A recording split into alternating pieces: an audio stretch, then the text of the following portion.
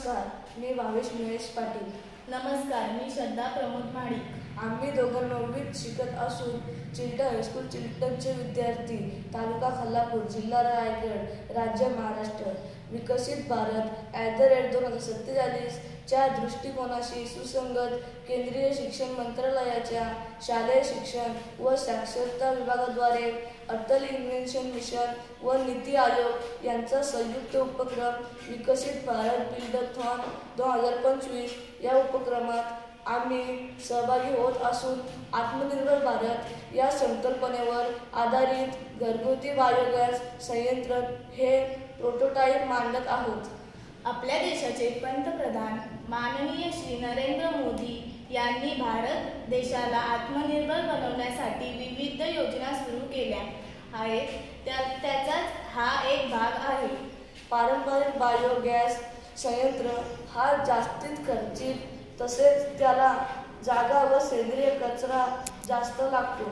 लाकूड, केरोसिन यांसारख्या इंधनांच्या ज्वलनाने प्रदूषण होते. यावर उपाय आणि पारंपरिक इंधनावरील खर्च कमी करण्यासाठी घरगुती बायोगॅस संयंत्र ही कल्पना आम्ही मांडत आहोत. या घरगुती बायोगॅस संयंत्रामध्ये घरातील खरकटे अन्न, निरुपयोगी भाजीपाला, ओला कचरा हे दुर्गंधी पसरवणारे व प्रदूषणाला कारणीभूत ठरणारे घटक वापरले जातात. घरगुती बायोगॅस संयंत्र बनवताना कुटुंबातील सदस्यांची संख्या, दैनंदिन तयार होणारा सेंद्रिय कचरा यांचा विचार करून सारसंग्राहक टाकी 100 ते 200 लिटर क्षमतेची निवडली.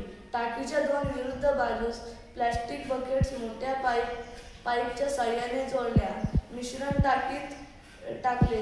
कच्चा माल पाण्यासोबत मिसळून स्लरी बनवली जाते.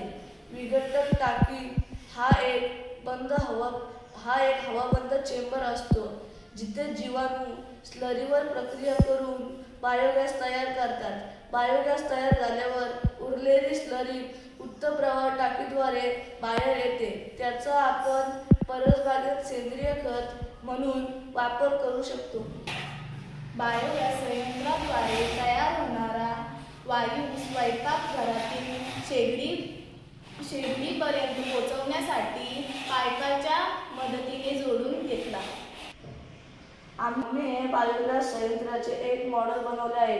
त्यासाठी आम्हाला एक मिश्रण टाकी, एक विघटक टाकी, एक उत्तप्रवाह टाकी व एक गॅस स्टोव्ह लागलेला आहे. सर्वप्रथम आम्ही मिश्रण टाकीमध्ये राला व पाणी टाकलेलं आहे. नंतर हा राला या पाईपाद्वारे विघटक टाकीत जातो व त्याचे बायोगॅसमध्ये रूपांतर होऊन या नळीद्वारे गॅस स्टोव्हकडे जातो. ही वायू आपण स्वयंपाकासाठी वापरू शकतो. नंतर बायोगॅस तयार झाल्यानंतर उरलेला राला हा या मार्गाने उत्तप्रवाह टाकीत येतो.